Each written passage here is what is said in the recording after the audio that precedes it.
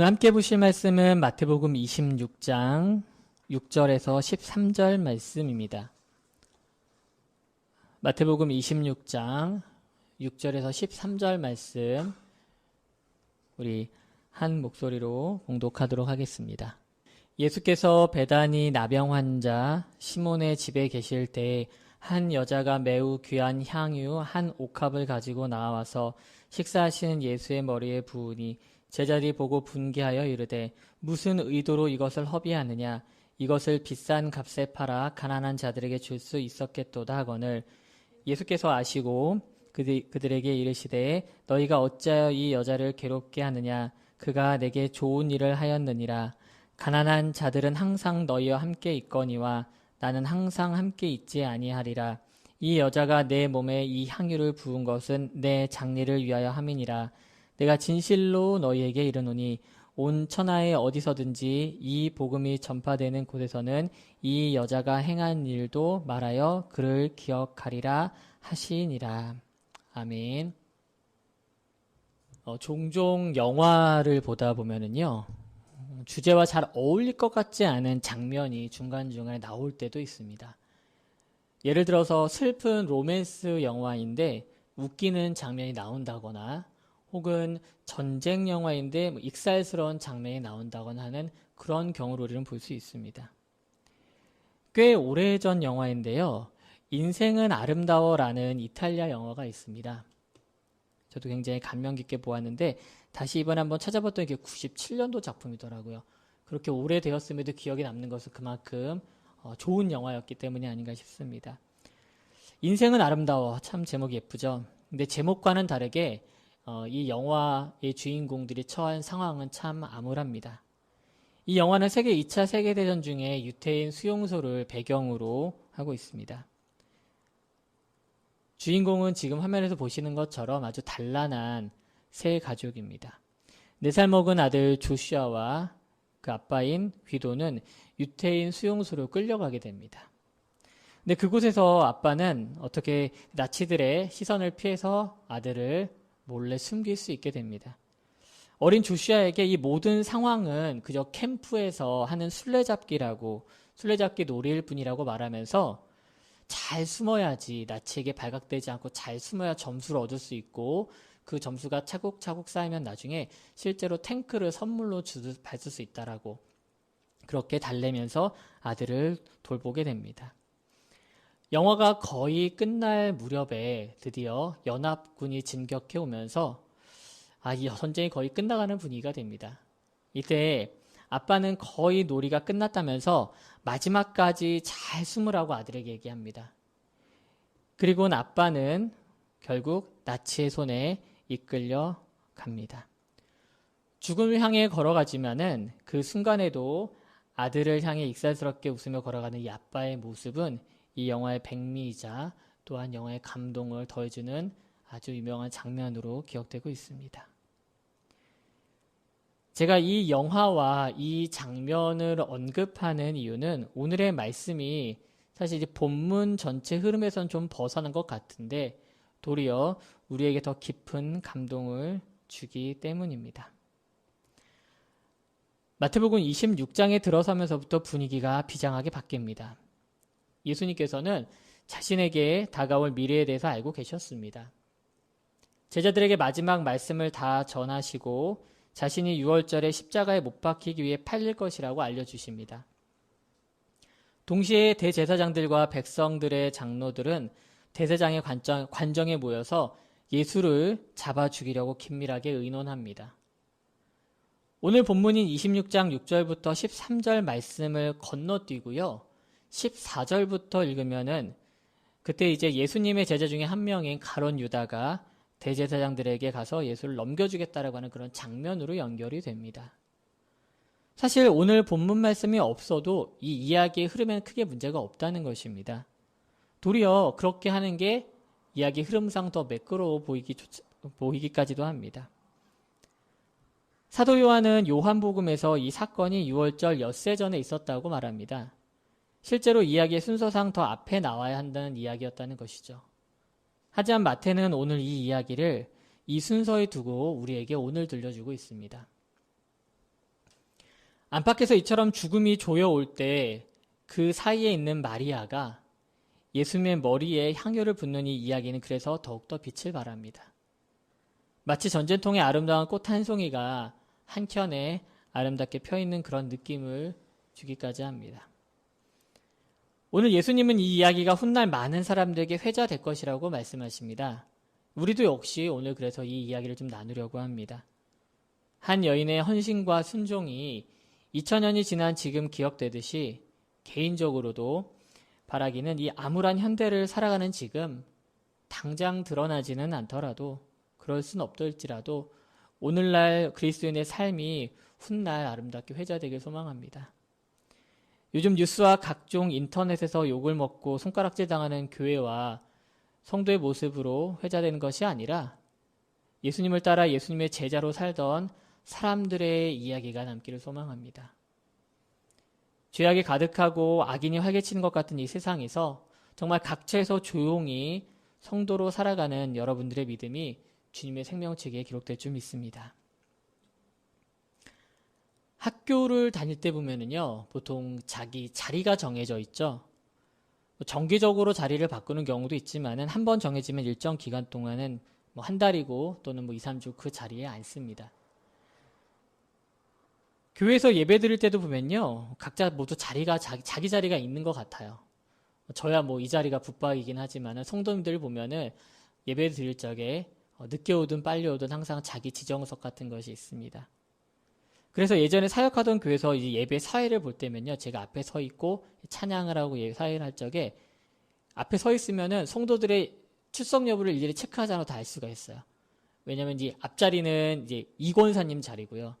한가운데 저 끝에 자리는 박 장로님 자리거든요. 뭐 혹시나 그분들 자리가 비어있으면 아직 안 오셨구나, 오시겠지라고 생각하면 되고, 혹시나 예배가 끝났는데도 안 오시면 무슨 일이 있었구나 하고 따로 연락드릴 수가 있어요.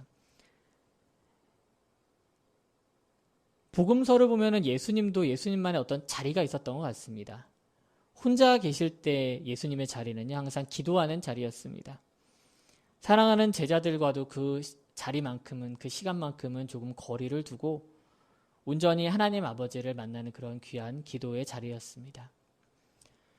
그리고 다른 사람들과 함께 하시는 자리는요, 항상 병든 자나 또는 죄인들과 함께하는 그런 자리였습니다.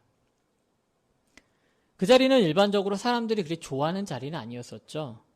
게다가 오늘은 나병 환자인 시몬의 집에 계십니다.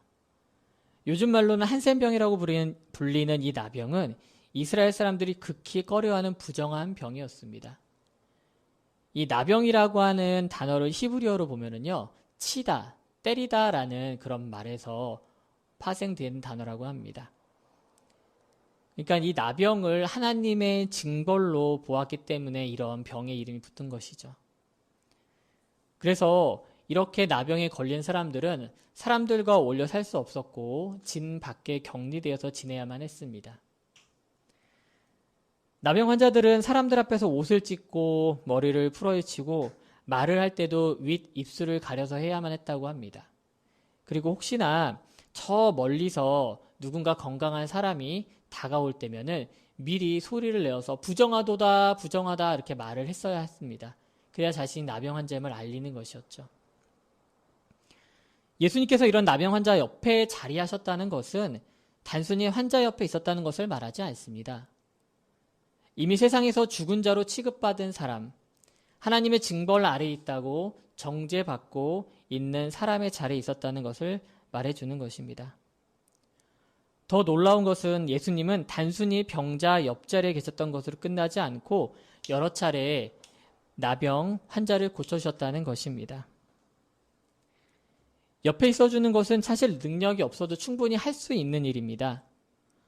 하지만 사람이 포기한 병을 낫게 하는 것, 그것은 하나님의 능력으로만 가능한 일입니다. 아무도 구제할 수가 없을 것 같은 그런 사람들을 주님은 치유하셨고 또한 구원하심으로써 예수가 바로 그리스도이심을 나타내셨습니다. 성경은 예수님이 태어나시기 전부터 그분의 다른 이름을 주었습니다. 바로 임마누엘입니다. 하나님이 우리와 함께 하신다는 뜻이죠. 그렇게 우리와 함께 하셨던 예수님께서 스스로 이 땅에 오신 목적을 천명하는 장면이 하나 있습니다. 마태복음 9장 12절에서 13절입니다. 예수께서 들으시고 이르시되 건강한 자에게는 의사가 쓸데없고 병든 자에게라야 쓸데있느니라. 너희는 가서 내가 긍휼을 원하고 제사를 원하지 아니하노라 하신 뜻이 무엇인지 배우라. 나는 의인을 부르러 온 것이 아니요 죄인을 부르러 왔노라 하시니라. 병든 자가 나음을 입어야 하는 것처럼 죄인은 구원을 받아야 하는 존재입니다. 자기가 지은 죄를 자기가 사할 수 없습니다. 구원은 전적으로 내 힘이 아니라 타인에 의해서 가능한 일입니다. 예수님께서는 자신이 있어야 하는 그 자리와 해야 할 일을 분명히 알고 계셨습니다. 그렇다면 예수의 제자된 우리가 있어야 할 자리는 어딜까요? 사실 이것은 굳이 언급해드리지 않아도 분명합니다. 우리도 예수님과 같은 자리에 있어야 되는 줄 믿습니다. 지난 마태복음 말씀에서 예수님이 다시 오실 때 사람들은 두 무리로 나뉘는 것, 그것을 우리는 보았습니다.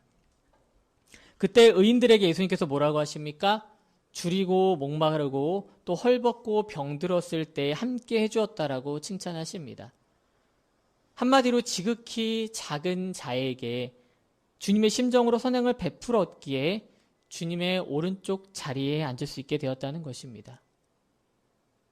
제자들도 이 말씀을 듣고 아마도 나도 그렇게 해야지 아마 그런 단단한 결심을 했을 것입니다. 그런데 그거요 정말 말로는 쉬운데 막상 자신 앞에 그 일로 닥치면 정말 어려운 일입니다. 예수님을 곁에서 보고 수년간 같이 다녔던 제자들도 어떤 자리에 있어야 하는지 보고 배웠지만은 실패하는 모습을 우리는 성경에서 찾아볼 수 있습니다. 누가복음에 보게 되면은 2번이나 자리를 놓고 싸우는 제자들의 모습을 볼 수 있습니다. 누가복음 9장 46절과 22장 24절과 22절, 24절 말씀입니다.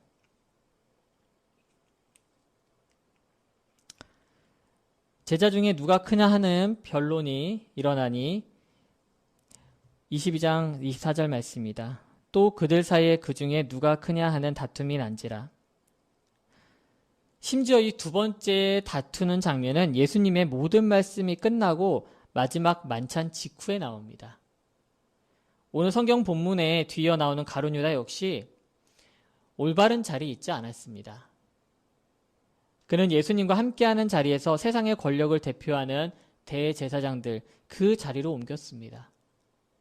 예수님의 자리가 자신이 기대했던 것과 달랐기 때문에 노예 한 명의 몸값인 은전 30냥에 예수님을 팔아 넘긴 것입니다. 예수님의 승천 이후 성령 강림을 체험했다고 해서 온전하지는 또 못했습니다. 갈라디아서 2장을 보게 되면요. 바울이 사도 베드로를 책망한 이야기가 나옵니다.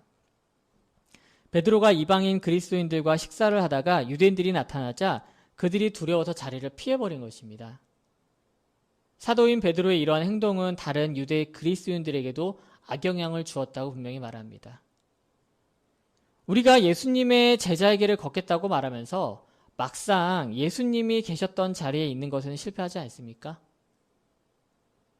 예수님이 영광스러운 모습으로 영광의 자리에 오셨을 적에 그 오른편에 있으려고 하면서 그때까지는 조금 더 편한 자리, 조금 더 보기 좋은 자리, 그리고 남들이 좀 알아줄 만한 그런 자리를 탐하고 있지는 않습니까?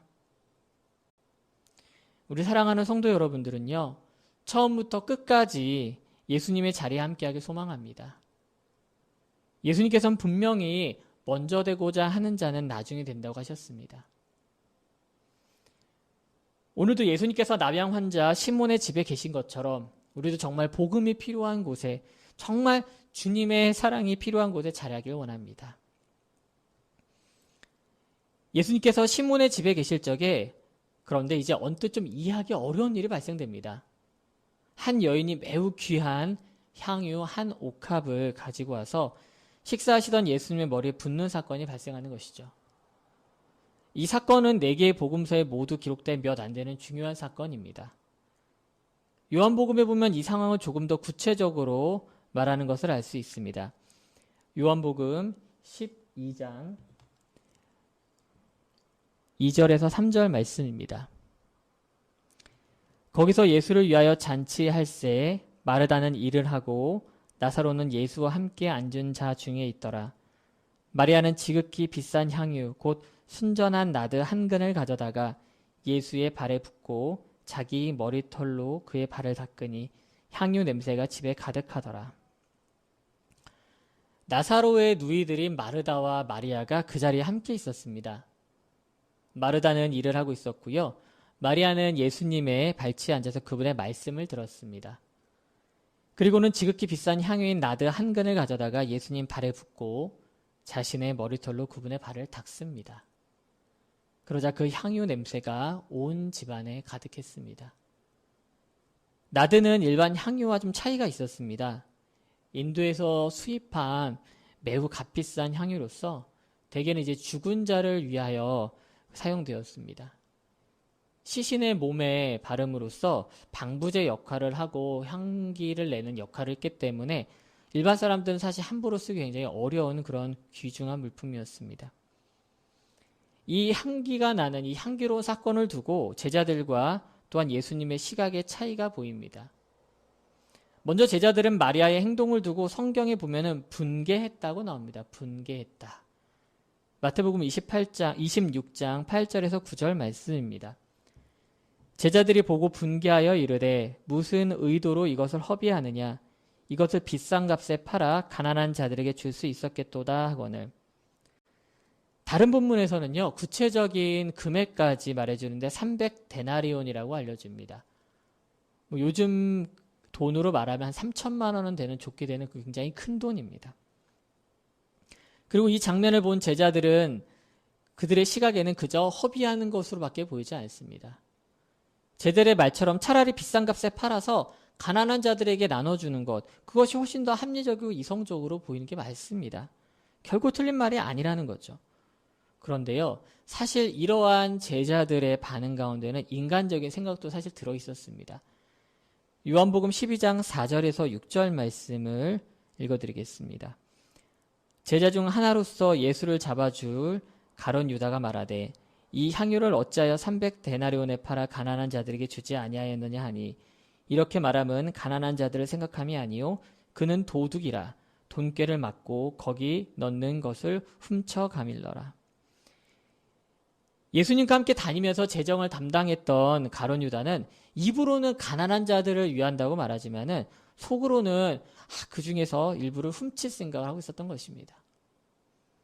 어쩌면 다른 제자들도요, 그냥 화를 낸 정도가 아니라 이렇게 분개한 것은 만일 그 돈이 사라지지 않고 제자들 수중에 들어왔었다면은 뭐 일부라도 자기가 정말 이득이 되지 않았을까, 자기에게 뭔가 돌아오는 게 있지 않았을까라는 그런 기대감이 있었기 때문입니다.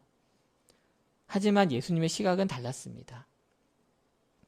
마리아는 예수님의 말씀을 청종했던 여인이었습니다. 자신의 오라비인 나사로가 죽었다 살아나는 것을 체험한 그런 사람이었습니다. 예수님은 오늘 이 자리에 오시기 전에도 이미 몇 차례 자신의 죽음에 대해서 그리고 그 부활에 대해서 말씀을 하셨습니다. 제자들을 비롯한 많은 사람들은 그저 비유의 말씀으로 흘려들었지만은 마리아는 그러지 않았습니다. 어떤 사람들은 오늘 마리아의 행동이 무의식 중에 그냥 예수님의 장례를 준비했다라고 말하기도 합니다. 하지만 그녀는 곧 사람들의 손에 잡혀서 십자가에 달려 돌아가실 주님이 보였습니다. 예수님은 오늘 이 여인의 행동에 대해서 이렇게 말씀하십니다. 마태복음 26장 10절 말씀입니다. 예수께서 아시고 그들에게 이르시되 너희가 어찌하여 이 여자를 괴롭게 하느냐 그가 내게 좋은 일을 하였느니라. 예수님께서는 이 여인이 자신에게 좋은 일, 즉 선한 일, 고귀한 일을 하셨다고 말합니다. 성경을 잘 살펴보면은 예수님께서 사람들을 향해서 선한 일, 좋은 일은 많이 베푸셨지만 막상 예수님을 향해 이런 일을 직접 한 경우는 찾아보기가 힘듭니다. 그런데 이 여인은 아마도 자신의 전 재산이었을 그 향유를 깨뜨려서 예수님을 섬깁니다. 그녀가 그렇게 할 수 있는 것은 그리고 최고의 최선의 방법을 다해서 할 수 있었던 것은 그것이 바로 자신이 할 수 있는 최고의 방법이었고 최선의 방법이었기 때문입니다. 여전히 300데나리온이라는 물질적 가치에 눈이 멀어서 제자들은 예수님을 앞으로 일어날 일에 대해서 생각하지 못하고 그저 눈앞에 있는 것에만 신경 쓰고 있습니다. 곧 다가올 자신의 장례를 그녀가 준비한 것이라고, 그리고 여러 차례 얘기한 그 죽음의 순간이 다가오고 있다는 것을 다시 한번 예수님께서는 경고를 해주십니다. 이렇게 시시각각 다가오는 죽음의 그림자 가운데도 예수님께서는 오늘의 일을 잊지 말라고 말씀하십니다. 그것은 그 자리에 다른 시각을 가졌던 제자들은 물론이고 이후에 이 사건에 대해서 왈가왈부하는 많은 사람들에게도 같이 하신 말씀입니다. 마태복음 26장 13절 말씀을 보겠습니다. 내가 진실로 너희에게 이르노니 온 천하에 어디서든지 이 복음이 전파되는 곳에서는 이 여자가 행한 일도 말하여 그를 기억하리라 하시니라. 복음이 전파되는 모든 곳에서 오늘 이 여인이 행한 일도 같이 기억될 것인데 제자들의 시각대로 향유를 허비한 것이 아니라 주님을 위한 선한 일이었다는 것으로 기억되리라고 예수님은 말씀을 마무리하십니다. 우리는 종종 오늘 제자들처럼 사람의 시각으로 주님의 일을 바라볼 때가 있습니다. 앞뒤로 재보면 계산이 안 나온 일들이 분명히 있습니다. 이성적으로 생각해보면요, 합리적으로 생각해보면 안 될 것 같은데 주님의 시각에서는 선한 일들이 분명히 있습니다. 제가 무슨 뭐 교회 건축을 이야기하고 뭐 확장을 이야기하고 뭐 헌금을 이야기하자고 그런 얘기가 아닙니다. 마리아처럼 뭐 전 재산을 예수님께서 아낌없이 바쳐야 합니다. 이런 것을 말하고자 하는 것이 아니라는 것입니다. 마리아가 보인 이 믿음의 순결한 믿음의 행동을 우리의 협소한 시각으로 인간적인 시선으로 바라보는 것을 경계해야 한다는 것입니다. 마리아가 부은 향유를 재빠르게 계산해서 300데나리온 가치로 평가하는 그런 시선에서 벗어나자는 것입니다. 주님의 시선으로 세상을 바라보면 높은 곳이 아니라 낮은 곳을 보게 됩니다. 계산에 앞서서 정말 내가 있어야 할 자리가 어디인가를 보는 그런 시선이 생긴다는 것입니다. 오늘 우리는 말씀을 통해서 예수님과 제자들 사이에 보여주는 간극을 마주하고 있습니다. 예수님이 계셨던 자리와 제자들이 있고 싶어 했던 그 자리, 예수님이 바라보던 시선과 제자들이 가지고 있던 그 시선, 분명히 그 차이를 우리는 보고 알았습니다. 제자의 길을 간다는 것은, 그리고 성도의 삶을 산다는 것은 이러한 간극을 조금씩 줄여나가는 과정이라고 믿습니다. 다른 말로 성화의 길을 걷는다고 말합니다. 우리가 비록 예수님과 같이 될 수는 없지만은 예수님을 닮아가려고 해야 하지 않겠습니까? 사랑하는 성도 여러분, 때로는 꺼려지고 때로는 내 몸이 거부하더라도 예수님의 자리에 앉기를 원합니다. 때로는 힘들고 때로는 내 머리로 이해가 되지 않더라도 예수님의 시선을 가지길 원합니다. 이것이 오늘 우리를 향한 주님의 뜻인 줄 믿습니다. 마지막으로 말씀 한 가지를 드리려고 합니다. 제가 서두에 나치의 유태인 학살에 대한 영화에 대해서 잠깐 말씀을 드렸는데요. 그런데 이번에 이야기는 실화입니다. 아우슈비츠 수용소라고 하는 단어를 아마 들어보셨을 겁니다. 어떤 사람들은 듣기만 해도 정말 소름 끼치는 이름입니다. 나치 치하에서 정말 악명이 높았던 장소였죠. 알려진 바로는 그곳에서만 약 400만 명의 사람들이 학살되었다고 합니다. 그런데 그곳에 폴란드의 프란시스파에 속한 신부 한 명이 있었습니다. 한 번은 수감자 중에 한 사람이 수용소를 탈출하려는 시도를 했습니다. 그러다 잡혀버리고 말았죠. 근데 당시 그 수용소의 법칙이 무엇이었냐면은 한 명이 이렇게 탈출하거나 또는 탈출하려다 실패하면은 무작위로 10명을 잡아다가 가두어 놓고 굶어 죽이는 그런 형벌이 있었습니다. 한 사람이 탈출하다가 실패를 했고 10사람이 그로 인해서 지목을 받았습니다. 그때 지목된 한 사람이 소리쳐서 얘기합니다. 여보시오, 나는 좀 살려주시오. 나에게는 처자식이 있어. 꼭 살아서 다시 만나야 하오. 라고 이렇게 얘기했습니다. 그러자 그 간수가 이렇게 말했다고 합니다. 너 대신에 죽어줄 사람이 있으면 한번 생각해 보겠다. 그러자 이때 이 말을 들은 막스밀리안 콜베라고 하는 신부가 선뜻 나섰습니다. 나에게는 딸린 사람이 아무도 없습니다. 내가 저 사람을 대신해서 들어갈 수 있겠습니까? 간수가 대답합니다. 꼭 하고 싶으면 하시오. 그 신부는 당연히 그렇게 하겠다고 대답을 하고 그 자리로 저 사람 대신에 나를 넣어달라는 그 말을 남기면서 그 자리로 들어갑니다. 결국 그 신부는 얼마 가지 않아서 다른 9명의 사람들과 함께 굶어 죽고 맙니다. 처참한 그 장소에서 정말 수많은 사람 중에 한 사람으로서 당시에는 이름조차 기억되지 않았을 것 같은 그 신부 한 사람의 이야기가 지금 우리가 이야기하고 기억하며 회자하는 것처럼 복음이 전파되는 곳에서는 이처럼 예수님의 자리에 예수님의 시선으로 예수님의 행동을 따라하는 사람들은 분명히 이야기가 남게 됩니다. 우리가 무슨 이 신부님처럼 극적인 상황, 정말 기억에 남을 만한 상황이 안 될 수도 있습니다. 모든 사람들이 그런 죽음을 무릅쓴 믿음의 행동을 볼 수 있는 것은 아닙니다. 크고 아름다운 눈에 띄는 꽃들도 분명히 있지만은 그런 꽃보다 더 많은 이름 없는 꽃과 풀들이 이 땅을 뒤덮고 있습니다. 사랑하는 여러분들, 이 땅에 살면서 이러한 믿음을 가진 수많은 풀과 꽃과 같은 사람들이 되길 소망합니다. 그래서 복음이 전파되는 곳이 성도들의 행함도 같이 회자되며 같이 선포되길 원합니다. 예수님의 자리가 어디일지 예수님의 시선을 가지고 바라보길 원합니다. 그리고 함께 있어야 할 사람들과 함께 웃고 함께 울면서 주님이 말씀하신 이 지극히 작은 자들과 함께하는 그런 복을 누리는 저와 여러분이 되길 주님의 이름으로 축원합니다.